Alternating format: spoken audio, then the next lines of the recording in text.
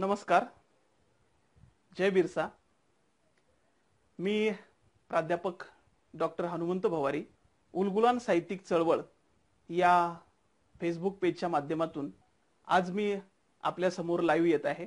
माझे मित्र doctor Sakaram Dakore sir यांनी जे उलगुलान साहित्यिक चळवळ हे फेसबुक पेज जे आहे, या पेजच्या माध्यमातून मी आणि माझी अभिव्यक्ती या अनुषंगाने जी काही व्याख्यानमाला आयोजित केलेली आहे, त्या व्याख्यानमालेमध्ये आतापर्यंत जवळजवळ 45 लोकांनी व्याख्याने दिलेली आहेत आणि आज 46वे पुष्प गुंफण्यासाठी मी आज तुमच्या समोर उपस्थित आहे. आदिवासी युवकांपुढील आव्हानं सांगत असताना मी कालच्या मुद्द्यांना फारसा स्पर्श न करता आदिवासी म्हणजे कोण, तर अर्थात जो डोंगर दऱ्यांमध्ये राहतो, जंगलामध्ये राहतो, निसर्गच त्याचं सर्व काही आहे, त्याची संस्कृती वेगळी आहे, त्याची भाषा वेगळी आहे, त्याच्या रूढी परंपरा वेगळ्या आहेत, तो इतरच मानव जमातीपेक्षा त्याचं सगळं काही वेगळं आहे, असा जो मानव आहे त्याला आपण आदिवासी म्हणूया. अनेक व्याख्या आपण ऐकलेल्या आहेत, पाहिलेल्या आहेत, वाचलेल्या आहेत. त्यामुळं मी त्या विषयामध्ये फार जास्त वेळ न बोलता मला जो मुख्य विषय आज सरांनी दिलेला आहे की आदिवासी युवकांसमोर आज कोणती नवी आव्हानं आहेत आणि ही आव्हानं पेलण्यासाठी तो कशा पद्धतीने सक्षम आहे, जर नसेल तर त्याला कशा पद्धतीने सक्षम व्हावं लागणार आहे, या गोष्टींचा विचार मला प्रामुख्याने आज या व्याख्यानाच्या माध्यमातून मांडायचा आहे. त्यामुळे मी जास्तीत जास्त वेळ त्या गोष्टींसाठी देण्याचा प्रयत्न करणार आहे. पहिलं आव्हान जे आहे ते असं आहे की आदिवासी समाजाचं जे काही मौखिक साहित्य होतं, जी काही त्याची मौखिक साहित्याची परंपरा होती, ती आज जर पाहिलं तर ती टिकवून ठेवणं आदिवासी युवकांच्या समोर, आदिवासी नव्या पिढीच्या समोर एक फार मोठं आव्हान उभं राहिलेलं आहे. मग ते आदिवासींची मौखिक परंपरा काय, आदिवासींचं मौखिक साहित्य काय, तर प्रामुख्याने ज्या ज्या गोष्टींचा उल्लेख करावा लागेल त्यामध्ये प्रथमतः आपल्याला असं म्हणावं लागेल की आदिवासी जे काही गोष्ट सांगायचे, जे काही त्यांची गाणी असायची, जी काही त्यांची गीतं असायची, जे काही ते उखाणे घ्यायचे, जे काही त्यांच्या म्हणी असायच्या, जे त्यांचे वाक्प्रचार असायचे, या सगळ्या गोष्टींचा विचार या मौखिक साहित्यामध्ये, मौखिक परंपरेमध्ये करावा लागेल. मला वाटतं लोकसाहित्याबद्दल, मौखिक साहित्याबद्दल तुकाराम रुंगटे सर फार सुंदर पद्धतीने याच माध्यमातून बोललेले आहेत. मला त्याच्यातली जी वेगळी बाजू आहे ती फक्त तुमच्या निदर्शनात आणून देण्याचा प्रयत्न करायचा आहे. म्हणजे सुरुवातीला आपण लहान असताना आपले आजोबा गोष्ट सांगायचे आणि ती गोष्ट एकाच वेळेस कधीही पूर्ण होत नव्हती. मग ती आज रात्रीला थोडी सांगितली जायची, त्याच्यानंतर मग आपण झोपलो जायचो, मग उद्या परत तीच गोष्ट कंटिन्यू व्हायची. त्या गोष्टीमध्ये भूत असायची, हडळी असायच्या, देवदैवत असायची, त्या काळातले क्रांतीवीर असायचे, त्याचबरोबरीनं राजा राणी सुद्धा असायचे. परंतु मित्रांनो, ही फक्त राजा राणीची किंवा भूताकेताची गोष्ट नव्हती, तर आजोबा त्या गोष्टीच्या अनुषंगानं त्यांची कल्पनाशक्ती जी आहे, त्यांची प्रतिभा जी आहे ती त्याच्यामध्ये मांडायची, ते स्वतः तयार करायचे. आणि ती तयार करत असताना त्यांना जीवन जगत असताना आलेले जे अनुभव आहेत, त्यांचं जे जीवन वास्तव आहे ते कसे जगले, या जगण्याची काही उदाहरणं त्या गोष्टीमधून सहज सहज येत राहायची आणि मग ती त्या नातवावरती संस्कार करायची. मग त्या आजोबांच्या येणारी पुढची पिढी जी आहे ती गोष्ट ऐकल्यानंतर त्याच्यामध्ये काहीतरी आपल्यावरील पद्धतीने समाविष्ट करायचे आणि मग ती गोष्ट अशी पुढे पुढे पुढे पुढे जायची आणि त्या गोष्टीबरोबरच आजोबांची एक संस्कृती नातवापर्यंत येऊन पोचायची. परंतु हल्ली आता अशा पद्धतीच्या गोष्टी सांगणं बंद झालं आणि मग ती मौखिक परंपरा जी पुढे यायला पाहिजे होती ती आली नाही. किंवा मला आठवते माझी आजी मला सांगायची की आभाळ जे आहे ना ते अगदी खाली होतं, जवळ होतं, डोक्याला लागायचं. एक बाई झाडत झाडत गेली आणि झाडता झाडता तिच्या डोक्याला आभाळ लागलं म्हणून तिने हातातला जो खराटा आहे, जी शिराई आहे, ती त्या आभाळाला, आकाशाला मारली आणि मग ते वर वर वर वर गेलं. आपण त्या लहान वयामध्ये अगदी त्या गोष्टींची कल्पना करत बसायचो की कसं असेल, इतकं आभाळ जवळ जर असेल तर मग माणसांची घरं केवढी असतील, चंद्र तारे सहज माणसाच्या हातात येत असतील, ढगातला पाऊस आपल्याला पाहता येत असेल, ढगांना स्पर्श करता येत असेल, अशा कल्पना विश्वामध्ये मात्र ती नातवाला रमवायची. म्हणजे आजीच्या गोष्टीतलं तथ्य त्या नातवाच्या कल्पना शक्तीला बळ देणार होतं. म्हणून या गोष्टी, निसर्ग त्यांच्या किती जवळ आहे हे आपल्याला सांगत होता.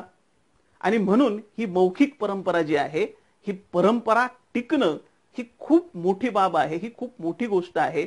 आणि हे एक आव्हान जे आहे ते आव्हान आपल्याला पेलावं लागणार आहे, तरुण पिढीला पेलावं लागणार आहे. ती कशा पद्धतीनं टिकवता येईल याच्यासाठी आपल्याला काही प्रयत्न करावे लागणार आहेत. मग त्याचबरोबरीनं त्यांची गीतं असतील, लग्न समारंभामध्ये म्हटली जाणारी गीतं असतील, शिमग्याच्या सणामध्ये म्हटली जाणारी गीतं आहेत. हल्ली असं होतंय की आपल्याला लग्नामध्ये गाणी म्हणायचं जर झालं तर कोणाचा तरी एखाद्या लेडीजला शोधून आणावं लागतं की जिला गाणं म्हणता येते. पूर्वीसारखं सगळ्यांनाच गाणी म्हणता येते असं नाही, पण आता त्याच्याही पुढे जाऊन आपली लग्नच मुळात मंगल कार्यालयात व्हायला लागली. मंगल कार्यालयामध्ये गेल्यानंतर या मौखिक परंपरेचा किंवा गाण्यांचा संबंधच राहत नाही. म्हणून याही गोष्टी, म्हणजे अनेक आदिवासी संशोधकांनी अशा गोष्टींवरती संशोधन करणं गरजेचं आहे. काही प्रमाणामध्ये संशोधन झालेलं आहे, पण तरी सुद्धा अजून या गोष्टी साहित्य रूपामध्ये, लेखन रूपामध्ये येणं गरजेचं आहे. आणि जोपर्यंत ते लेखन रूपामध्ये येत नाही तोपर्यंत ते टिकणार नाही. ही मौखिक परंपरा आता आपल्याला लिखित रूपात का होईना ती मांडावी लागणार आहे, ती टिकवावी लागणार आहे. शेतीच्या कामामध्ये सुद्धा ही गाणी असायची.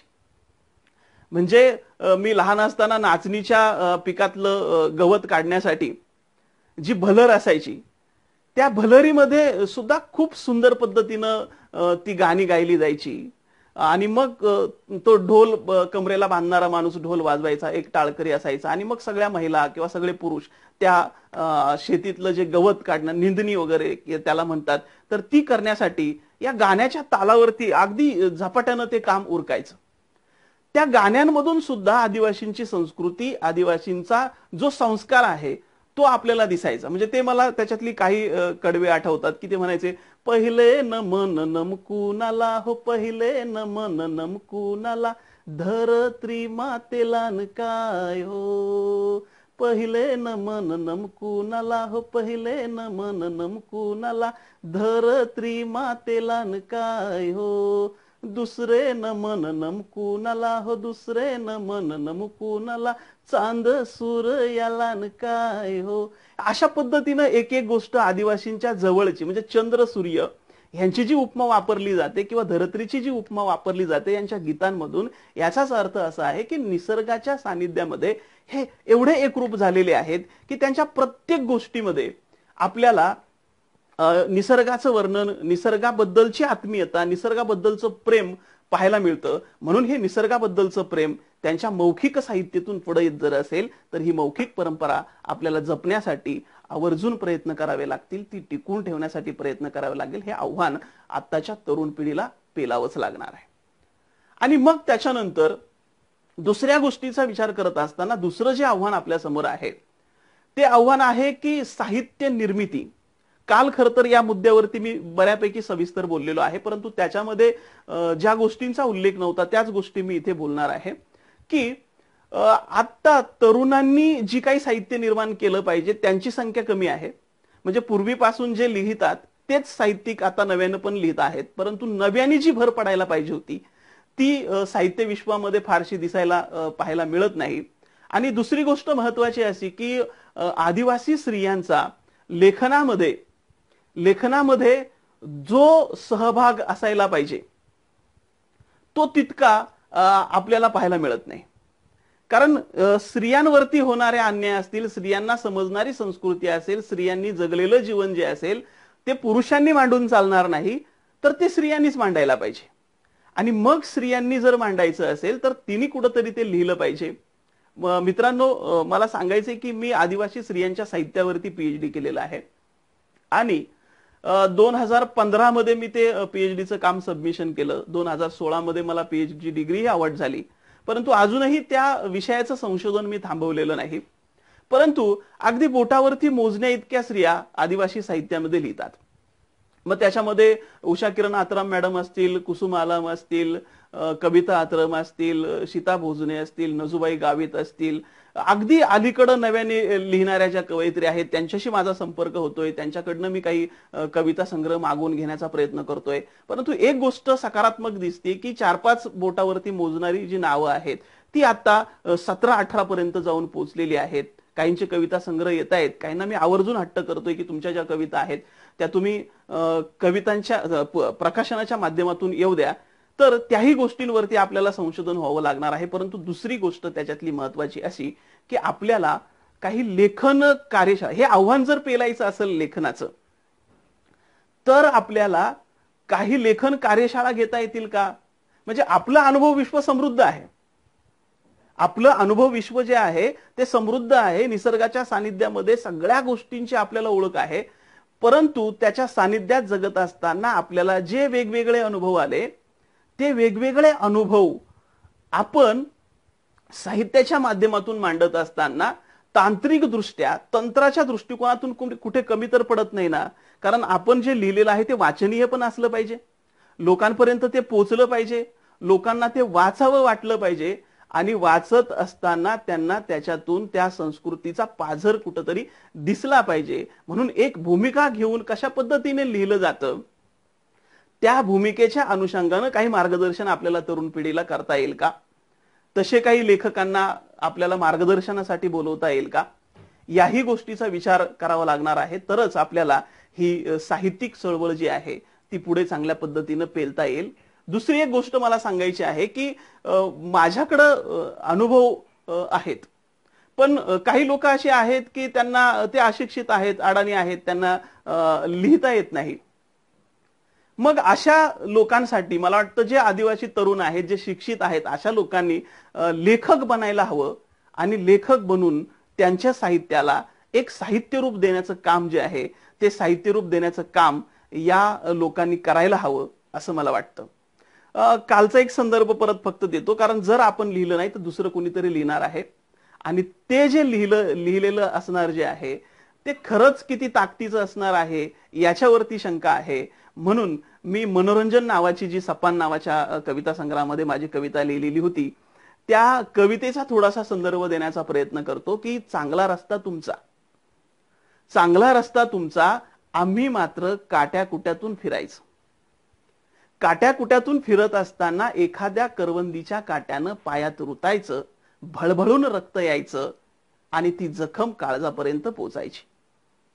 आणि तुम्ही मात्र त्याच्यावरती नाचून गाऊन आपलं मनोरंजन करायचं. रुतला बाई काटा या आडवाटा, सुनंदाचा कारटा होता जोडीला म्हणून मी आले गोडीला, कसा गोड बोलून हा काटा काढीला. मित्रांनो, असं गोड बोलून काटा काढण्याचं काम बरीचशी मंडळी करताना दिसतात. म्हणून नुसतं चांगलं म्हणणार, चांगलं मांडणार किंवा इतरांच्या मुखातून येण्यापेक्षा आपला वास्तव अनुभव जो आहे तो जर आणण्याचा प्रयत्न जर केला तर मला वाटतं चांगल्या पद्धतीनं आपलं जे साहित्य आहे ते लोकांपर्यंत पोहोचेल. त्याचाच आधार घेऊन पुढे सांगतो की खरंच काटा रुतणं इतकी अशी आनंददायी गोष्ट आहे का? ती नटी जे ते हावभाव करते त्याच्यावरून खरंच तिच्या पायात काटा रुतला असेल का? किंवा काट्याचा अनुभव तिला असेल का? तो जिवंत अनुभव तिने घेतलाय का? या गोष्टींचा विचार आपण करणं गरजेचं आहे. मग तो काटा रुतल्यानंतर अगदी होणाऱ्या वेदना ज्या आहेत त्या वेदना किती विचित्र असतात, किती काळजापर्यंत भिडणाऱ्या असतात, मेंदूला झिंझिण्या आणणाऱ्या असतात. तरी सुद्धा तो काटा दिवसभर माणूस तो पायामध्ये घेतो, संध्याकाळी घरी जातो, जेवण झाल्यानंतर मग सुईनं तो काटा काढतो, बिब्याचा चटका देतो, त्या चटका सुद्धा काळजापर्यंत जाणारा असतो. ह्या वास्तवता मला वाटतं साहित्यामध्ये येण्यासाठी आपल्या तरुण पिढीनं, आपल्या स्त्रियांनी लिहिणं गरजेचं आहे. तर या गोष्टींचा विचार निश्चित होईल. हेही आपल्या समोर मोठं आव्हान आहे आणि ते आव्हान आपल्याला पेलावं लागणार आहे. थोडंसं अजून पुढे जात असताना एक गोष्ट प्रामुख्यानं अलीकडच्या काळामध्ये लक्षात येते ती अशी की आपल्या जातीबद्दल, आपल्या धर्माबद्दल आपल्याला अभिमान असणं गरजेचं आहे. परंतु त्याचा अतिरेक जर झाला तर ती गोष्ट कुठंतरी खटकणारी होते. आणि हल्ली आपल्याच समाजामध्ये नाही तर सर्वच समाजामध्ये ही जातीय अस्मिता अगदी टोकदार बनत चाललेली आहे. दुसऱ्या समाजातील, दुसऱ्या जातीतील माणसं आपण अजिबात स्वीकारायलाच तयार नाही. हा प्रश्न समोर आल्यानंतर मी थोडंसं चिंतन करायचा प्रयत्न केला, काही पुस्तकं चाळण्याचा प्रयत्न केला, काही मान्यवरांच्या साहित्याचा अभ्यास करण्याचा प्रयत्न केला आणि मला त्याच्यामध्ये असं जाणवलं. ते विवेचन मी थोडक्यात या तिसऱ्या आव्हानाच्या माध्यमातून तुमच्या समोर मांडणार आहे. मित्रांनो, सगळीच माणसं वाईट नसतात ना.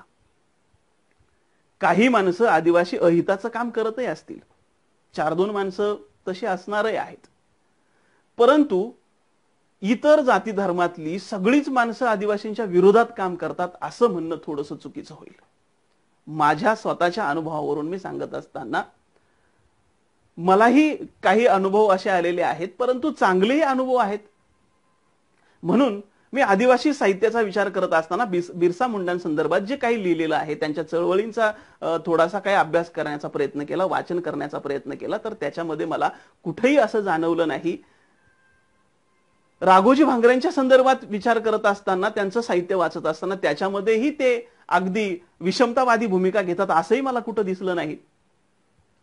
किंवा त्याच्याही पुढे जाऊन जेव्हा गोविंद गारेंची पुस्तकं मी वाचायला लागलो, तेव्हा त्याच्यामध्ये एक गोष्ट मला अशी जाणवली.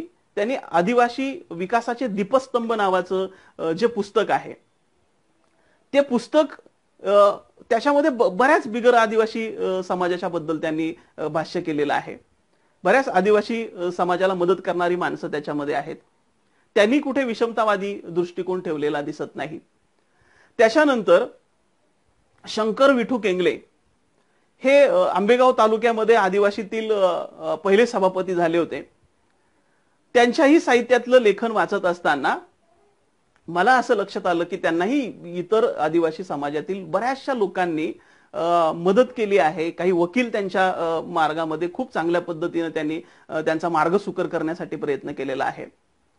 किंवा अगदी लेखामेंढा हे जे गाव आहे, तुम्ही ऐकून असाल सगळे, त्याच्या संदर्भातली माहिती तुमच्या समोर असेलही कदाचित, की देवाजी तोफा नावाचा जो व्यक्ती आहे, अर्थात त्यांनी त्या लेखामेंढा गावाच्या एकत्रित येण्यामुळं 1800 हेक्टर जंगल जे आहे ते जंगल गावाच्या नावावरती करून घेतलं आणि आता त्याच्यामध्ये ते बांबूची लागवड करतात आणि या बांबूच्या लागवडीपासून जवळजवळ कोट्यावधीचं उत्पन्न त्या गावाला मिळतं. आमचं गाव आमचं सरकार, म्हणजे पेसा कायदा जे सांगतो त्याच पद्धतीनं लेखामेंढामध्ये देवाजी तोफांनी ही जी चळवळ उभी केलेली आहे, ती चळवळ सुद्धा फार महत्वपूर्ण आहे.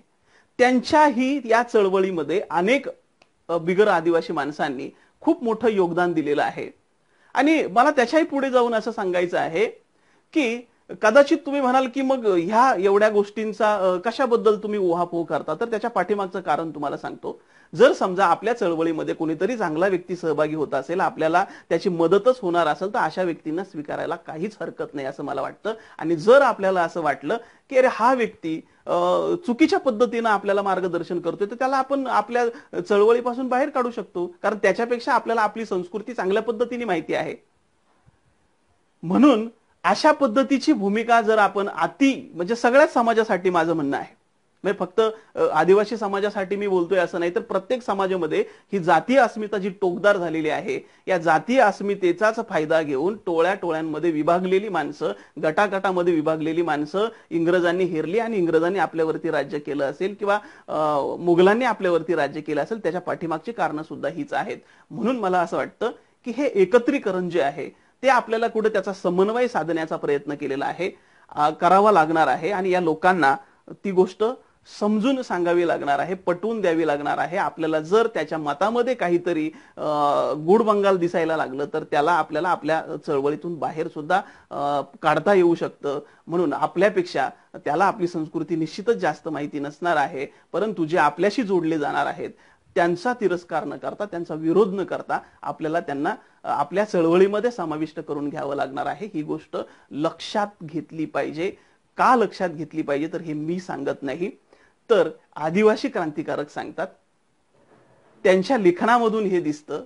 त्यांनी जर हा भेदभाव केला नाही तर त्यांचे अनुयायी म्हणून आपल्याला त्यांच्याबद्दलचा चुकीचा समज बाहेर पसरवण्यामध्ये, इतर ठिकाणी पसरवण्यामध्ये आपल्याला कुठलाही अधिकार नाही. त्यांची तत्व जी आहेत, त्यांची मूल्य जी आहेत, ती तशीच्या तशी आपल्याला पुढे पसरावी लागणार आहे.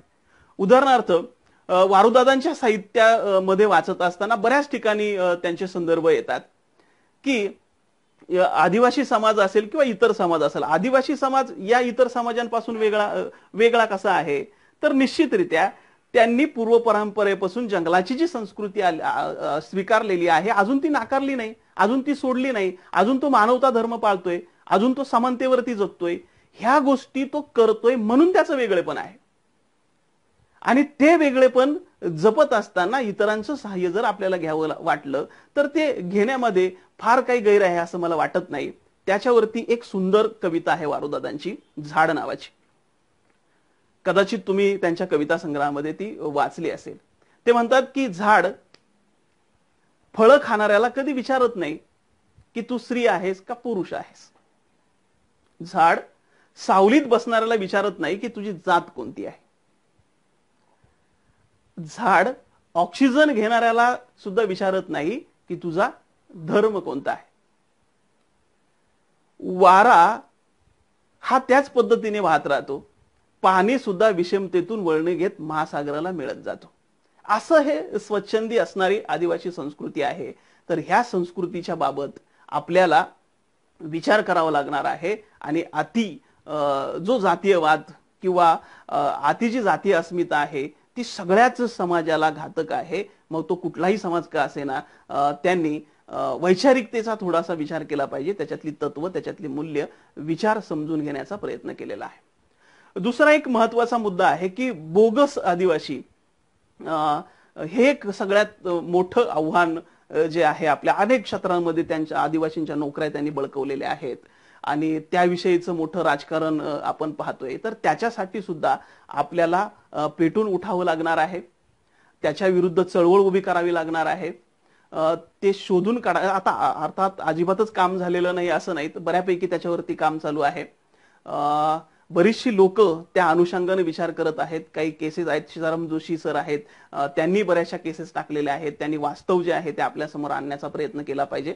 परंतु मला असं वाटतं की याच्यामध्ये तरुणांचं योगदान जे आहे ते मोठं असलं पाहिजे. आणि तरुणांनी हा विषय हातात जर घेतला तर निश्चितरित्या या बोगस आदिवासींची सुद्धा हक्कलपट्टी आणि त्या नोकऱ्यांवरती ज्यांनी कब्जा केलेला आहे त्या गोष्टींची सुद्धा हक्कलपट्टी होण्यासाठी कारणीभूत. त्याच्यामध्ये स्त्रियांचा सुद्धा सहभाग मोठा असला पाहिजे. कारण तिला जी समज आहे ती आता मुळात आदिवासी संस्कृती जी आहे ती मातृसत्ताक पद्धती आहे. त्यामुळे ती आपलं मूळ आहे. तिच्याकडे असणाऱ्या ज्या गोष्टी आहेत त्या सुद्धा फार महत्वाच्या आहेत. तर त्यांनी सुद्धा त्याच्यामध्ये सहभाग घेणं गरजेचं आहे. त्याच्यानंतर पुढचा जो मुद्दा आहे की राजकीय जी आव्हानं आहेत त्याच्याबद्दलही आपल्याला थोडंसं बोलावं लागणार आहे. मला वाटतं विनायक तुमरम सरांनी 2-3 मुद्दे जे त्यांच्या व्याख्यानात मांडले होते ते फार महत्वपूर्ण होते. की आदिवासींचा कायदा स्वतंत्र असला पाहिजे, आदिवासींचा धर्म वगैरे या संदर्भात त्यांनी त्यांची मांडणी केलेली होती. आणि आदिवासींचा राजकीय पक्ष त्यालाच दुजोरा देत किंवा त्याच मुद्द्याला धरून थोडंसं माझी काही जी मतं आहेत ती आपल्यासमोर मांडण्याचा प्रयत्न करतो. मला वाटतं की आपल्या गावामध्ये जी तरुण पिढी आहे त्या तरुण पिढीतली नेतृत्व पुढे येणं गरजेचं आहे. आणि ती नेतृत्व पुढे येऊन त्यांनी जी काही राजकीय व्यवस्था सध्याची चालू आहे त्याला आपले प्रश्न सांगण्याचं काम आपण केलं पाहिजे. मग अर्थात त्याला राजकीय पक्ष असलाच पाहिजे असं माझं काही मत नाही. परंतु ज्या जमाती आहेत वेगवेगळ्या किंवा ज्या जाती आहेत ज्यांच्यावरती अन्याय होतोय, जे पिळले जातात, जे भरडले जातात, असा जवळजवळ 50% समाज आहे. तर या सगळ्या समाजांनी जर एकत्र आलं, कारण त्याचे सगळ्यांचे प्रश्न जवळजवळ सारखे आहेत, त्या प्रत्येकाचे प्रश्न फार वेगळे आहेत अशी काही गोष्ट नाही. तर त्यांचे जे प्रश्न आहेत ते त्याच्यातल्या काही जातकुळी ज्या आहेत त्या सारख्याच आहेत. त्यामुळे अशा लोकांनी जर एकत्र आलं आणि एकत्र येऊन मग या प्रस्थापित व्यवस्थेला धक्का देण्याचा जर प्रयत्न केला तर तो चांगल्या पद्धतीने देता येऊ शकतो. एका जातीनं, एका जमातीनं पुढे येऊन मग त्यांना विरोध जर केला तर कदाचित तो तितका ताकदीचा होणार नाही. परंतु त्याच्या सगळ्या जमाती जर एकत्र आल्या आणि त्यांनी त्या वंचित समाजाने जर एकत्रित लढा देण्याचा प्रयत्न केला ती चळवळ व्यापक होऊ शकते आणि व्यापक चळवळीचं जे फलित आहे ते सुद्धा व्यापकच असणार आहे. म्हणून परंतु एक गोष्ट चुकीची काय होते बघा की आपला आदिवासी तरुण आहे ना तो कुठल्या तरी राजकीय पक्षाच्या वलचणीला जातो आणि त्याच्याच तत्वानुसार वागतो. मला वाटतं ती तत्व थोडीशी आपण आपल्या पद्धतीने ठामपणे स्वीकारली पाहिजेत की मी ज्या समाजामध्ये जन्माला आलो त्या समाजाचं मला प्रतिनिधित्व करायचं आहे आणि त्या समाजावरती जर कुठं अन्याय होत असेल आणि त्या अन्यायाला वाचा फोडण्याचं काम मी करणार आहे. बऱ्याच वेळा काय होतं राजकीय गोष्टींचा विचार जर करायचा झाला तर मी बऱ्याचशा काही गोष्टी वाचत असताना काही जे अनुभव येतात किंवा काही ज्या गोष्टी असतात त्या मी मुद्दामून डायरीमध्ये नोंदवून ठेवतो. त्याच्यामधली एक गोष्ट मुद्दाम तुम्हाला सांगतो की राजकीय माणसांना त्याच्या आजूबाजूचा परिसर जो आहे आजूबाजूचा समाज जो आहे तो चेहराहीनच असावा लागतो, तो विचारशून्यच असावा लागतो. का तर त्याच्यामुळं ते जे लादणार आहेत ते जे मांडणार आहेत ते तो सहजरित्या स्वीकारतो.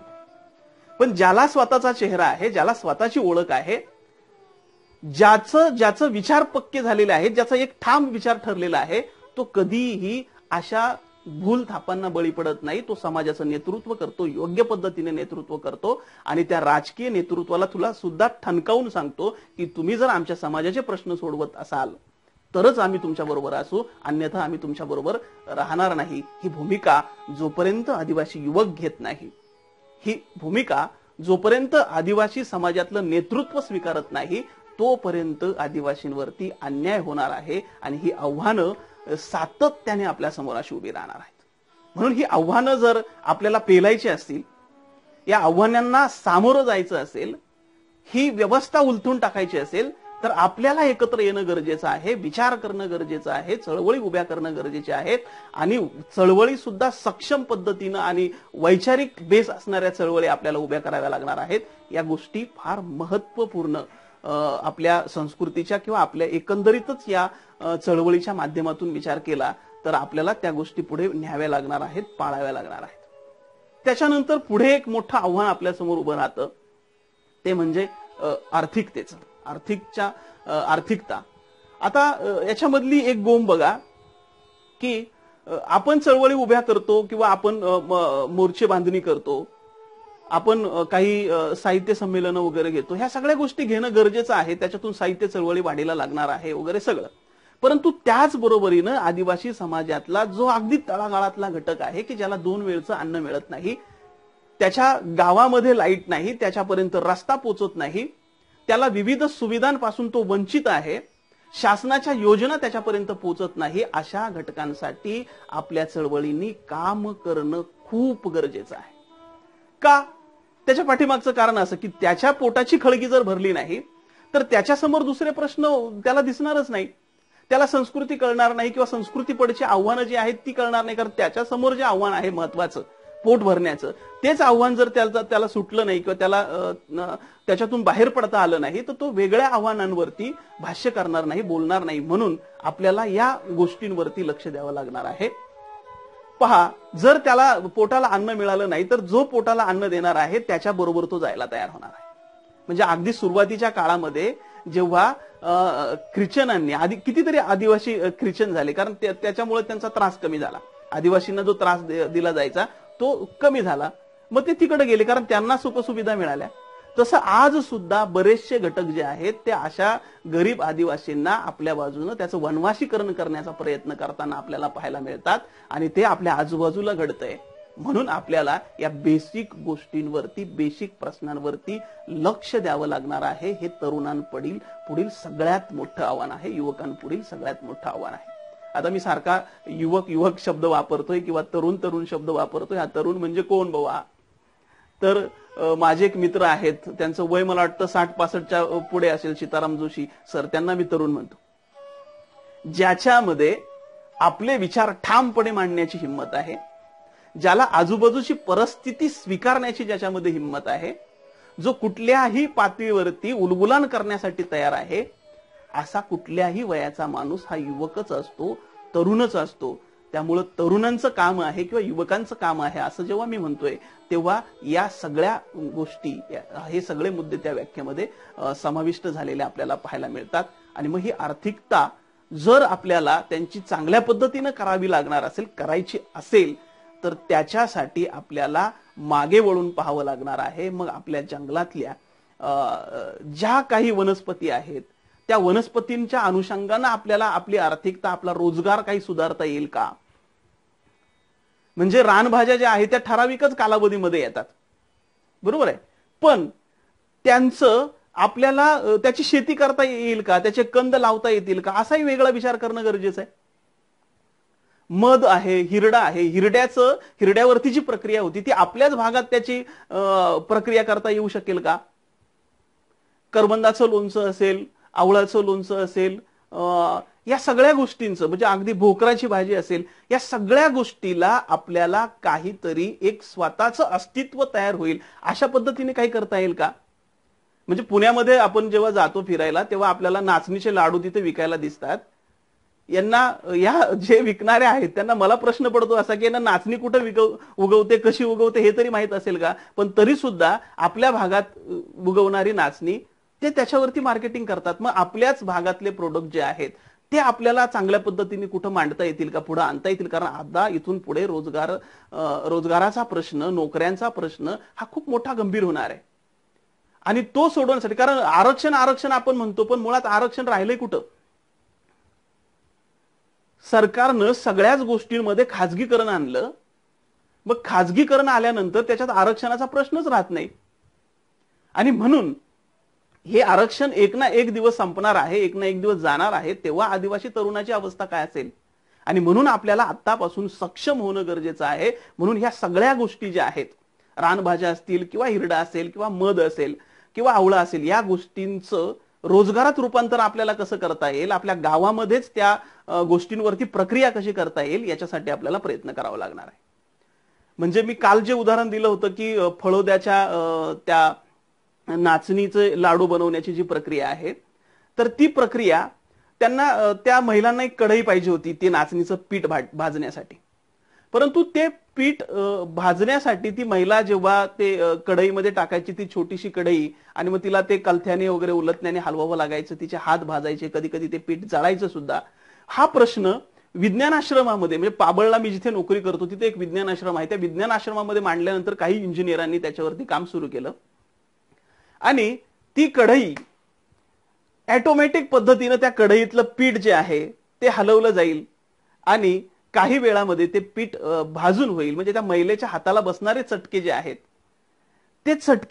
ते चटके सुद्धा बसणार नाही आणि ठराविक वेळामध्ये ते पीठ भाजलं जाईल. पूर्वी 4 किलो भाजायची, आता ती 10 किलो 15 किलो त्या मोठ्या कढईमध्ये भाजू शकते. हे सुकर झालं. अशा पद्धतीनं आपल्याला हिरड्यांची सुद्धा नर्सरी करता येईल. कारण हिरड्या नैसर्गिकरित्या उगवतात, त्याच्यावरती आपलं संशोधन झालं नाही. ज्याच्या शेतात उगवल्या ते त्याच्या झाल्या, परंतु तशा पद्धतीने त्याची लागवड करता येईल का आपल्याला, याच्यावरती काही संशोधन आपल्याला करता येईल का? या गोष्टींचा जो विचार आहे तो होणं गरजेचं आहे. तरच आपल्याला हे जे आर्थिक आव्हान आहे हे पेलण्यासाठीची ताकद जी आहे ती आपल्यामध्ये कुठेतरी निर्माण होईल. आणि परत एकदा हे आव्हान सुद्धा आपल्या समोर आहे, तरुणांसमोर आहे, युवकांसमोर आहे. ते आपल्याला पाळावं लागणार आहे, सक्षमरित्या पाळावं लागणार आहे. आणि आपलं स्वतःचं एक वेगळं ब्रँड ते आपल्याला तयार करावं लागणार आहे. याही गोष्टी महत्वपूर्ण पद्धतीने आपल्याला सांगता येतील, मांडता येतील. त्याच्यानंतर दुसरी महत्वाची गोष्ट आहे म्हणजे धर्म आणि धार्मिकता. या दोन गोष्टींवरती मी थोडंसं वेगवेगळ्या अनुषंगानं बोलण्याचा प्रयत्न करणार आहे. धार्मिकता या अर्थाने की आपण खरं तर आदिवासी हा व्यक्तिपूजक नाही, विभूतीपूजक वगैरे तो नाहीये, त्याच्या संस्कृतीमध्ये ती गोष्ट दिसत नाही. परंतु इतर समाजाच्या जर आपण समाजाकडे जर पाहिलं तर त्याच्यामध्ये त्या गोष्टी उदात्तीकरण वगैरे एखाद्या व्यक्तीचं ते आपण पाहिलेलं आहे आणि त्याचंच अनुकरण कुठेतरी थोडंफार आदिवासी संस्कृतीमध्ये किंवा आदिवासी समाजामध्ये होताना दिसत आहे. अर्थात ते साहजिकच आहे, कारण बाकीचे लोक जर त्याचं उदात्तीकरण करत असेल तर ते कुठंतरी येणार आहे. परंतु हा प्रस्थापितांचा खूप मोठा डाव आहे. कारण जेव्हा तुम्ही तुमच्या संस्कृतीपासून ढळणार आहात, तुमच्या मूल्यांपासून ढळणार आहात, तेव्हा निश्चितरित्या तुमचं आदिवासी पण हरवण्यासाठी किंवा ते हडप करण्यासाठी हे टपून बसलेले आहेत. म्हणून तुमचं वेगळेपण जपून ठेवण्यासाठी आपल्याला या गोष्टी स्वीकाराव्या लागणार आहेत. म्हणजे काय तर नुसतं आपण आपल्या नेत्यांचं आपल्या क्रांतिकारकांचे फोटो घरामध्ये आणून ठेवले आणि त्याची पूजा केली म्हणजे सगळं संपलं का? त्यांच्या साहित्याबद्दल आपल्याला काय वाटतं? त्यांनी लिहिलेलं किंवा त्यांनी रचलेला इतिहास जो आहे तो आपल्याला किती माहिती आहे? तो विचार आपल्या डोक्यात गेलाय का?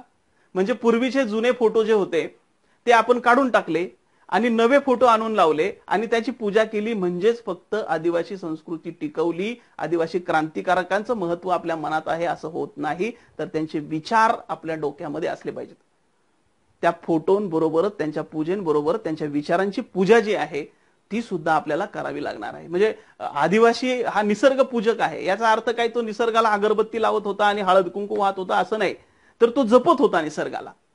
तुम्ही पहा ग्रामीण भागामध्ये झाडावरची वाळलीच फांदी तोडली जायची सरपणासाठी, किंवा एखाद्या बनात एखादा देव असायचा त्याच्या भोवती जे जंगल असायचं त्याला बन म्हटलं जायचं, त्या बनातलं एकही झाड तोडलं जायचं नाही, ठराविकच ठिकाणची झाडं तोडली जायची, पाण्याची पूजा केली जायची. म्हणजे तो पूजक होता, त्या संस्कृतीचा पूजक होता, निसर्गाचा पूजक होता, मूर्ती पूजक नव्हता. ही गोष्ट लक्षात घेणं गरजेचं आहे. म्हणून आपण धार्मिकता होऊन म्हणजे मी फक्त बॅनर लावला, मी फक्त फोटो लावला, मी फक्त डीपी टाकला म्हणजे माझी जबाबदारी संपली का? नाही. तर मला आदिवासी संस्कृतीतली मूल्य, आदिवासी संस्कार हे काय आहेत ते माहिती असले पाहिजेत, ते समजले पाहिजेत. मी किती पुस्तकं वाचली, मी किती कविता वाचल्या, मी किती कथा वाचल्या, मला किती साहित्यिक माहिती आहेत, किती विचारवंत माहिती आहेत, माझा इतिहास जो काय आहे तो मी मांडलाय का, म्हणजे वाचलाय का, या गोष्टी फार महत्वाच्या आहेत. आणि दुसरा त्याच अनुषंगाने जो मुद्दा येतो तो म्हणजे धर्माचा. आता परत याच्यात गुंतागुंतीत आपण कुठेतरी थोडंसं जातोय असं मला वाटतं. कारण मुळात सुरुवातीला जेव्हा आर्य आले आणि आर्य आल्यानंतर काही समाज तो त्यांच्याबरोबरीने विलीन झाला, काही त्यांच्याबरोबर नामोहरण झाला आणि काही जंगलामध्ये आपलं अस्तित्व टिकून आपली संस्कृती टिकून तो शेवटपर्यंत त्या संस्कृतीपासून हटला नाही. कालांतरानं धर्म नावाची संकल्पना निर्माण झाली आणि मग कोणी हिंदू, कोणी मुस्लिम, कोणी ख्रिश्चन अशा पद्धतीनं तो त्याच्यामध्ये समाविष्ट झाला त्या धर्मामध्ये. आणि धर्मामध्ये समाविष्ट झाल्यानंतर त्या धर्माला अनुसरून जे काही त्याचं वागणं आहे ते वागणं व्हायला लागलं. पण ह्या सगळ्या कालखंडामध्ये आदिवासीकडे कुठलाही धर्म नव्हता, कुठल्याही धर्मात मुळात जात धर्म त्याला लागूच पडत नाही ना, म्हणून तर तो आदिवासी. त्याला अनुसूचित जाती नाही म्हटलं, अनुसूचित जमाती म्हटलेलं आहे. आणि जमाती ही गोष्ट जातीच्या अनुषंगाने नाही येत. कुठल्या जातीत जन्माला आला याच्यापेक्षा तो कुठल्या भूप्रदेशामध्ये जन्माला आला या गोष्टींचा विचार त्याच्यामध्ये होतो. आणि म्हणून धर्माच्या बाबतीमध्ये जर कुणाला आपण अडकवत असू किंवा कोणीतरी आपल्याला अडकवण्याचा प्रयत्न करत असेल तर त्यांनी वास्तव मांडणी मला वाटतं करण्याचा प्रयत्न केला पाहिजे किंवा स्वीकारण्याचा प्रयत्न केला पाहिजे. आणि मुळातच आपण निसर्गाच्या सानिध्यात राहतोच की, निसर्गच आपलं सर्वस्व आहे, निसर्गच आपली आई आहे, निसर्गच आपला बाप आहे. जे आपल्या आजूबाजूला घडतं, ज्या पद्धतीने आपण वागतो, जे संस्कार आपल्यावरती आहेत ते सगळे निसर्गाचे आहेत. त्यामुळे त्याला धर्मच असं नाव दिलं पाहिजे असं मला वाटत नाही. आणि जर समजा आपण फक्त तोंडी निसर्ग धर्म आहे असं म्हणूनही चालणार नाही. मग त्याच्यामध्ये आपल्याला कायदेशीररित्या आदिवासींचा कायदा बनवावा लागेल आणि त्या कायद्यानुसार मग आदिवासी धर्म कोणता, तर मग हा धर्म, त्याला काहीतरी कायदेशीररित्या त्याला महत्व प्राप्त करून द्यावं लागेल. नुसतं तोंडी आपण कोणत्या धर्मातले आहोत असं म्हणण्याला फारसा अर्थ राहणार नाही असं मला वाटतं. आणि धर्माच्या या संकल्पनेमध्ये आपण अडकण्यातही फारसं काही तथ्य नाही की ज्या आदिवासी समाजाला जात आणि धर्मापासून वेगळं ठेवलं म्हणून त्याचे अस्तित्व किंवा म्हणून त्याचं वेगळेपण टिकून आहे. त्यांनी परत लोकांनी धर्म स्वीकारला म्हणून आपण वेगळा धर्म स्वीकारायचा, या गोष्टींवरती म्हणजे मला वाटतं या गोष्टींवरती विचार करणं किंवा त्या गोष्टीचा अट्टहास करणं फारसं योग्य होईल असं मला वाटत नाही. अर्थात बऱ्याच जणांची मतं त्याच्याबद्दल वेगळी असतील, परंतु मला असं वाटतं की या गोष्टींमध्ये आपण फारसं अडकून राहणं मला फारसं उचित वाटत नाही. त्याच्यानंतर आत्ता तरुण पिढी समोर जे सगळ्यात मोठं आव्हान असणार आहे ते आहे तंत्रज्ञानाचं आव्हान. म्हणजे आज कोरोनाच्या या महामारीमुळे, या संकटामुळे आपण सगळं जग, आपणच नाही सगळं जग घरात कोंडलेलं आहे. आणि घरात कोंडलेलं असताना त्याला जर समाजाशी संपर्क साधायचा असेल तर त्याला काही बेसिक तंत्रज्ञान माहिती असलं पाहिजे आणि त्या माध्यमातून तो जगातील इतर लोकांशी तो संपर्क साधू शकतो. म्हणून आपल्याला आपली संस्कृती, आपला समाज, आपली दैवत, आपला परिसर ह्या सगळ्या गोष्टी जर लोकांपर्यंत पोहोचवायच्या असतील तर आपल्याला आपले काही युट्यूब चॅनल्स तयार करावे लागतील. त्या माध्यमातून लोकांपर्यंत पोहोचावं लागेल. परंतु त्याच्यासाठी महत्वाची गोष्ट जी आहे की आपल्याला हे शूटिंग कसं करायचं असतं, एडिटिंग कसं करायचं असतं, कॅमेरा कशा पद्धतीने धरला पाहिजे, त्याच्यानंतर लाईट कशा पद्धतीने टाकली पाहिजे, कट कशा पद्धतीने केलं पाहिजे, ह्या सगळ्या गोष्टी आता शिकून घ्याव्याच लागणार आहेत. कारण जग बदलतंय आणि जगाबरोबर आपल्याला बदलावंच लागणार आहे. काही गोष्टी ज्या आहेत त्या आपल्या परंपरेमध्ये जरी असल्या तरी जसा काळ बदलतो तशा पद्धतीनं माणसाला बदलावं लागणार आहे. या गोष्टी स्वीकाराव्या लागणार आहेत. परंतु या गोष्टी स्वीकारताना मात्र एक गोष्ट लक्षात ठेवणं गरजेचं आहे की कुठला चंगळवाद तर आपण स्वीकारत नाही ना. मोबाईल आला पण त्या मोबाईलचा अतिरेक तर आपल्याकडनं होत नाही ना. आपल्या संस्कृतीला बाधा आणेल, आपल्या मूल्यांना बाधा आणेल अशा काही गोष्टी त्याच्यातून आपण स्वीकारत नाही ना. याही गोष्टीची आपल्याला काळजी घ्यावी लागणार आहे. आपल्याला आपले ब्लॉग तयार करावे लागणार आहेत. आपल्याला आपलं फेसबुक अकाउंट, ट्विटर अकाउंट आपल्याला बनवावं लागणार आहे. त्याच्यावरती आपली माहिती टाकावी लागणार आहे आणि मग ती लोकांपर्यंत पोहोचवावी लागणार आहे. अशा पद्धतीची जी आव्हानं आहेत ती आव्हानं सुद्धा आपल्याला स्वीकारावीच लागणार आहेत. याच्यामध्ये खूप छोट्या छोट्या गोष्टी आहेत. व्हिडिओ निर्मितीच्या प्रक्रियेमध्ये सुद्धा मला वाटतं अशी काही कार्यशाळा जर आदिवासी तरुणांसाठी जर घेतली तर ते सुद्धा चांगल्या पद्धतीने फिल्म बनवू शकतात. त्यांच्याकडचे अनुभव जे आहेत, त्यांचं वास्तव जीवन जे आहे, आपल्या अनुभवांवरती लोक चित्रपट बनवतात. त्यातल्या एका प्रसंगावरती 3 तासाचा चित्रपट होतो. तर आपल्याकडे अनुभवांचा खजिना आहे. या अनुभवांवरती आपल्याला लघुपट बनवता येतील. ते दीर्घकाळ टिकतात. त्याच्यातून संस्कृती आपल्याला जपता येते, ती टिकून ठेवता येते, लोकांपर्यंत पोहोचवता येते. एकाच वेळेस घरात बसून हजारो लोकांपर्यंत ती माहिती पोहोचवता येऊ शकते. तर या काळाबरोबर बदलत असताना हे तंत्रज्ञान जे आहे हे आपल्याला स्वीकारावं लागणार आहे. त्याच्यामधले जी आव्हानं आहेत ती आव्हानं आपल्याला पेलावी लागणार आहेत आणि त्याच्यासाठी आपल्याला सक्षम व्हावं लागणार आहे. एकाच पिढीनं नाही तर सगळ्या पिढीनं त्याच्यामध्ये समाविष्ट व्हावं लागणार आहे. मग तरुण असतील, त्याच्यानंतर वयोवृद्ध माणसं असतील, स्त्रिया असतील, लहान मुलं असतील, या सगळ्यांनी त्याच्यामध्ये सहभाग घेऊन या नव्या तंत्रज्ञानाचा स्वीकार करावा लागणार आहे. नव्या पिढीची जबाबदारी मोठी आहे असं मी वारंवार सांगतो. त्याच्या पाठीमागची कारणं तितकीच महत्वाची आहेत. कारण त्यांनी जर खांद्यावरती हा भार स्वीकारला तर हा गाडा ओढण्यासाठी, कारण त्याच्यातली जी ताकद आहे, त्याच्यातली जी शक्ती आहे. दुर्दैवानं काय होतं की पूर्वीचा काळ थोडासा जर पाहिला तर आपण भाकरीमध्येच अडकलो होतो. म्हणजे नारायण सुबेंच्या भाषेमध्ये जर सांगायचं झालं तर ते म्हणतात की 4 दिवस दुःखात गेले, 4 दिवस वाट पाहण्यात गेले, हिशोब करतोय राहिले किती डोईवर उन्हाळे, शेकडो वेळा चंद्र आला, तारे सजले, रात्र धुंद झाली, भाकरीचा चंद्र शोधण्यातच जिंदगी बर्बाद झाली. अशा पद्धतीची अवस्था आपली होती. आणि अजूनही काही तरुणांची, आपल्या समाजातील काही तरुणांची अवस्था अजूनही तशीच आहे. परंतु ती बदलण्यासाठी, तिच्यामध्ये परिवर्तन करण्यासाठी आपल्याला काही गोष्टी आपल्या अनुषंगानं बदलाव्या लागतील. आपण त्याच्यामध्ये जाणीवपूर्वक लक्ष घालावं लागेल. तरच ही आव्हानं पेलण्याची ताकद आपल्यामध्ये येऊ शकते. त्याच्यानंतर पुढचं जे आव्हान आहे ते आव्हान आहे की काही अंधश्रद्धा ज्या आहेत आपल्या समाजामधल्या, संस्कृतीमधल्या, त्या समाजातल्या अंधश्रद्धा, संस्कृतीतल्या अंधश्रद्धा आपल्याला दूर टाकाव्या लागणार आहेत, दूर सोडाव्या लागणार आहेत. काळानुसार त्याच्यानुसार आपल्याला बदलावं लागणार आहे. उदाहरणार्थ पूर्वी डागणी, लहान मुलाच्या जर काही आजारी झाला तर त्याला चटके दिले जायचे. त्याच्यानंतर मला वाटतं याची डाकीन नावाची जी प्रथा होती, किंवा दारूच्या विषयावरती मी काल अगदी भरभरून बोललेलो आहे. त्यांनी जी बर्बादी झालेली आहे, किंवा जे काही तरुण त्याच्या आहारी जात आहेत, ह्या सगळ्या गोष्टींचा विचार मी कालच्या व्याख्यानामध्ये मांडलेला आहे. त्यामुळे त्याचं पुनरावृत्ती इथे करण्याचं टाळतो. परंतु ह्या अनेक प्रथा ज्या चुकीच्या आहेत, खरं तर ती दृष्टी पण आपल्याकडे असली पाहिजे की हे आपल्या हिताचं आहे की अहिताचं आहे हे आपल्याला समजलं पाहिजे. आणि ते एकदा समजलं की काय स्वीकारायचं, काय नाकारायचं, हे एकदा इथपर्यंत पोहोचलं की त्याला दुसऱ्या कोणी सांगायची गरज नसते. म्हणून ती अंधश्रद्धा किंवा ज्या वेगवेगळ्या प्रथा आहेत त्या आपल्याला सोडून नव्या गोष्टींचा स्वीकार करावा लागणार आहे. कारण संस्कृती ही बदलाचा स्वीकार करणारी असते. ती निसटत्या माशासारखी असते, ती आपल्याला पकडून ठेवता येणार नाही. म्हणजे भाषा जशी हळूहळू बदलत जाणार आहे, त्याच्यानंतर पोशाखाची परंपरा जशी बदलत जाणार आहे, तशा सगळ्याच परंपरा हळूहळू बदलत जाणार आहेत. पण त्याच्यातनी फारसा आपल्याला काही फरक पडणार नाही.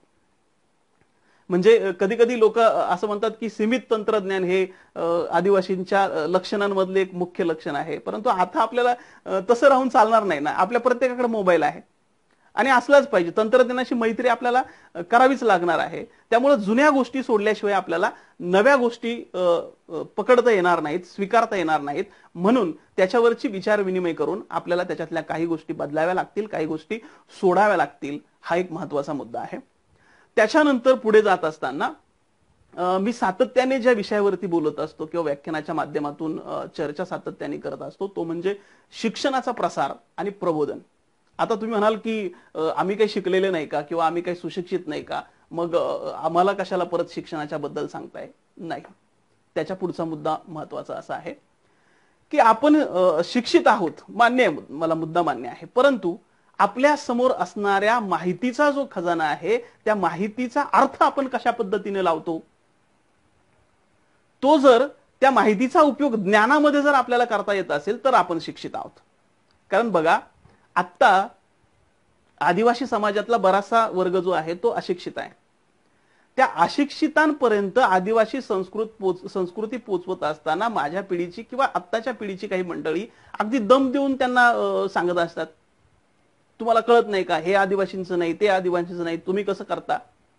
पण मला एक गोष्ट सांगायची आहे की मला समजण्यासाठी किंवा आपल्या पिढीला समजण्यासाठी गेले की 15-20 वर्ष आपण मोठे होत असताना हळूहळू आपल्याला आदिवासी संस्कृती म्हणजे काय कळायला लागली. कारण आपल्या बापजाद्यांपासून बऱ्यापैकी हिंदू संस्कृतीनं आपल्यावरती आक्रमण केलेलं आहे. बरेचसे सण उत्सव त्यांच्यासारखे आपण साजरे करण्याचा प्रयत्न करतोय. ते मनातून जाण्यासाठी, ते बाजूला काढण्यासाठी काही वेळ लागणार आहे. त्यामुळं आपल्या पिढीने जर आक्रमक होऊन आपल्या पूर्वजांना किंवा आपल्या पुढच्या मागच्या पिढीला जर सांगण्याचा प्रयत्न केला तर ते कदापि स्वीकारणार नाहीत. म्हणून त्यांना प्रेमानं समजून सांगितलं पाहिजे. मी तर म्हणेल की शिक्षण जर त्यांना चांगल्या पद्धतीने दिलं, त्यांना पुस्तकं वाचायला यायला लागली तर ते स्वतः ठरवतील ना चांगलं काय आणि वाईट काय. आपण सांगायची काय गरज पडली. बऱ्याचशा गोष्टी त्यांना स्वतः समजतील, स्वतः कळतील. म्हणून शिक्षणाची गरज आहे. शिक्षण हे वाघिणीचं दूध आहे असं म्हटलं जातं की त्याला वास्तव कळायला लागतं आणि समोरचा जर खोटं बोलायला लागला तर तू त्याला प्रश्न विचारू शकतो. म्हणून हे शिक्षण लोकांपर्यंत पोहोचलं पाहिजे, त्यांचं प्रबोधन झालं पाहिजे आणि त्यांचं प्रबोधन झाल्यानंतर मग तो स्वतः निर्णय घेऊ शकेल, त्याची निर्णय प्रक्रिया विकसित होऊ शकेल आणि त्याला खरं खोटं, आदिवासी संस्कृती म्हणजे काय, या सगळ्या गोष्टी समजायला लागतील आणि त्याच्या समोर असणारी जी आव्हानं आहेत ती आव्हानं सुद्धा तो सक्षमपणे पेलायला तयार होईल. म्हणून शिक्षण हे सर्व स्तरापर्यंत पोहोचलं पाहिजे आणि नुसतंच त्याला लिहिता वाचता येणं म्हणजे तो ज्ञानी झाला असं नाही, तर त्याला वेगवेगळी पुस्तकं वाचता आली पाहिजेत, त्याच्यातलं तत्व समजलं पाहिजे, तो विचार मंथन त्याच्या मनापर्यंत, मेंदूपर्यंत जाऊन पोहोचला पाहिजे. म्हणजे त्याला त्याचे निर्णय घेण्याची जी ताकद आहे, जी शक्ती आहे, जी ऊर्जा आहे ती त्याच्यामध्ये प्राप्त होईल. आणि म्हणून या माहितीचं आज प्रचंड प्रमाणात माहिती आपल्याला नेटच्या माध्यमातून मिळते, परंतु त्याचं ज्ञान होण्यामध्ये जे स्वतःचे कष्ट असतात त्याचं ज्ञानात रूपांतर करण्यामध्ये जी प्रतिभा आपल्याकडे असावी लागते ती शिक्षणानेच येते. आणि म्हणून तुमचं वाचन चिंतन जर वाढलं तर या गोष्टी निश्चितरित्या त्यामध्ये येतील. आता दुसऱ्या आणि एका शेवटच्या मुद्द्याकडे मी येतो की खरं तर तुम्ही समोर सगळे डीपी मला दिसतात, परंतु मी बोलतोय ते खरंच पटतंय का, कमेंट्स चांगल्या पद्धतीने तुम्ही करताय, त्याच्याबद्दलही मी काही गोष्टी नंतर सविस्तर तुमच्याशी बोलेलच. आता वेळेच्या मर्यादेमुळे काही ठराविक गोष्टीच मी तुमच्या समोर सांगण्याचा प्रयत्न करतो, पण नंतर मी तुमच्या प्रत्येक कमेंटला उत्तर देण्याचा प्रयत्न करेन आणि निश्चित आपण सगळे संपर्कात राहणार आहोत. सगळ्याच उत्सवांचं किंवा सगळ्याच जयंतीचं स्वरूप जे आहे ते थोडंसं विचित्र होत चाललेलं आपल्याला पाहायला मिळतं. म्हणजे मी फक्त एकाच समाजाबद्दल बोलत नाही, तर आपल्या भारतीय सगळ्याच समाजांमध्ये जर आपण पाहिलं तर त्या जयंतीला, त्या दिनाला येणारं जे स्वरूप आहे ते स्वरूप थोडंसं विचित्र कुठंतरी होतंय असं मला वाटतं. उदाहरणार्थ आंबेडकर जयंतीच्या बाबत जर बोलायचं झालं तर ज्या पद्धतीनं काही लोक साजरी करतात, म्हणजे सगळेच लोक तशा पद्धतीने साजरी करतात असं मला अजिबात म्हणायचं नाही, परंतु ज्याच्याकडं विचारांचं दारिद्र्य आहे अशी मंडळी मग त्यात डीजे लावतील, डीजेवरती अशा पद्धतीची गाणी वाजवली जातील, त्याच्यात नाचलं जाईल, त्याच्यामध्ये दारू पिली जाईल. हे सगळ्याच लोकांच्या जयंत्यांमध्ये अशा पद्धतीचं जे स्वरूप आलेलं आहे ते मित्रांनो कुठेतरी बदललं पाहिजे. निश्चितरित्या ज्या क्रांतिकारकांना आपण अभिवादन करतो त्यांना हे अपेक्षित होतं का? त्यांनी अशी अपेक्षा धरली होती का की अशा पद्धतीने आमची जयंती साजरी होईल? मग याच्यातून कुठले विचार पोचवले जातात? वैचारिक जे खाद्य आहे ते खाद्य आपल्यापर्यंत पोचलं पाहिजे ना. मिरवणूक काढून सगळं संपणार नाही किंवा मिरवणुकीमध्ये मोठमोठ्या गाड्यांची रॅली काढून फारसं होणार नाही, तर वेगळ्या पद्धतीनं आपल्याला संस्कार, वेगळ्या पद्धतीने आपल्याला मूल्य, वेगळ्या पद्धतीने आपल्याला विचार लोकांपर्यंत पोहोचवले जातील. मग उदाहरणार्थ तुम्ही निबंध स्पर्धा घ्या, तुम्ही वक्तृत्व स्पर्धा ठेवा, तुम्ही वेगवेगळ्या विषयांवरती चर्चा घडून आणा आणि चर्चा घडून असताना ती चर्चा ऐकायला तिथे बसा. ही फार महत्वाची गोष्ट आहे. कारण जोपर्यंत वैचारिक पद्धतीनं जयंत्या साजऱ्या होणार नाहीत तोपर्यंत आपण नुसता उत्सव साजरा करून चालणार नाही. आपल्याला चांगल्या पद्धतीचं विचार मंथन घडवून आणावं लागणार आहे. आपण काय करतो माहितीये का? इतर समाज जशा पद्धतीने वागतोय त्याचं अनुकरण करण्याचा प्रयत्न करतो. त्यांनी त्यांच्या जयंतीमध्ये किंवा त्यांच्या त्या दिनामध्ये अशा पद्धतीने केलं, मग आपण पण असं करायला पाहिजे. परंतु मित्रांनो इथंच आपण फसतो. ते जसे वागतात तसे आपण वागत नाही म्हणून तर आपण वेगळे आहोत. त्यांची जशी संस्कृती आहे तशी आपली संस्कृती नाही म्हणून आपण वेगळे आहोत.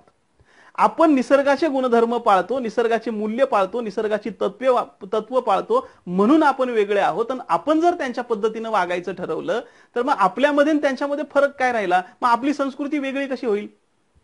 म्हणून अनुकरण करण्यापेक्षा आपलं जे सत्य आहे, आपलं जे वास्तव आहे, आपल्या मनामध्ये जे रुजतं आहे, आपल्या विचारवंतांनी जे आपल्याला सांगितलं आहे त्याच गोष्टी आपण समाजापर्यंत या माध्यमातून पोहोचवणं गरजेचं आहे. जर आपण त्यांच्यासारखंच किंवा इतर समाजासारखंच झालो तर आपलं वेगळेपण राहणार नाही. आणि म्हणून मित्रांनो, आपल्या समोर ही जी सगळी आव्हानं आहेत, ही आव्हानं जर आपल्याला पेलायची असतील तर आपल्याला विचारशील होणं गरजेचं आहे. ही संस्कृती समजून घेणं गरजेचं आहे. क्रांतिकारकांचे विचार वाचणं गरजेचं आहे. साहित्यिकांची पुस्तकं वाचणं गरजेचं आहे. तर आपल्याला ही आव्हानं पेलण्याची जी ताकद आहे ती ताकद आपल्यामध्ये येऊ शकते. मी पुन्हा एकदा सकाराम डाखोरे सर यांनी जी काही मला संधी दिली, त्याचबरोबर माझे गुरुवर्य ज्ञानेश्वर वाल्लेकर सर, खरं तर ज्यांच्यामुळे मी घडलो, ज्यांच्यामुळे मी तुमच्यासमोर बोलू शकतो, ज्यांच्यामुळे माझी विचार प्रगल्भ झाले, ते गुरुवर्य वाल्लेकर सर सातत्याने पाठीशी उभे असतात. त्यांच्या माध्यमातून, सकाराम डाखोरे सरांच्या माध्यमातून मला इथे तुमच्या समोर लाईव्ह येण्याची जी संधी मिळाली आणि बरेचसे लोक लाईव्ह मला वाचतायत. खरं तर मला प्रत्येकाच्या कमेंट्सवरती तितकासा वेळ मिळाला नाही, कारण बरेचसे मुद्दे तुमच्यापर्यंत पोहोचवायचे होते. परंतु मित्रांनो, आपण सातत्याने एकत्र असणार आहोत, सातत्याने संपर्कामध्ये असणार आहोत. माझे काही प्रश्न असतील मी तुमच्यापर्यंत पोहोचवण्याचा प्रयत्न करेल. तुमचे जे काही प्रश्न असतील तेही तुम्ही माझ्यापर्यंत पोहोचवण्याचा प्रयत्न करा. माझ्या परीनं त्याचं निरसन करण्याचा मी प्रयत्न निश्चितरित्या कराल. पुन्हा एकदा तुम्ही सर्वांनी मला जे काही इतका वेळ ऐकलं, सहन केलं, त्याबद्दल मी सर्वांचा आभार व्यक्त करतो. जय बिरसा, जय आदिवासी.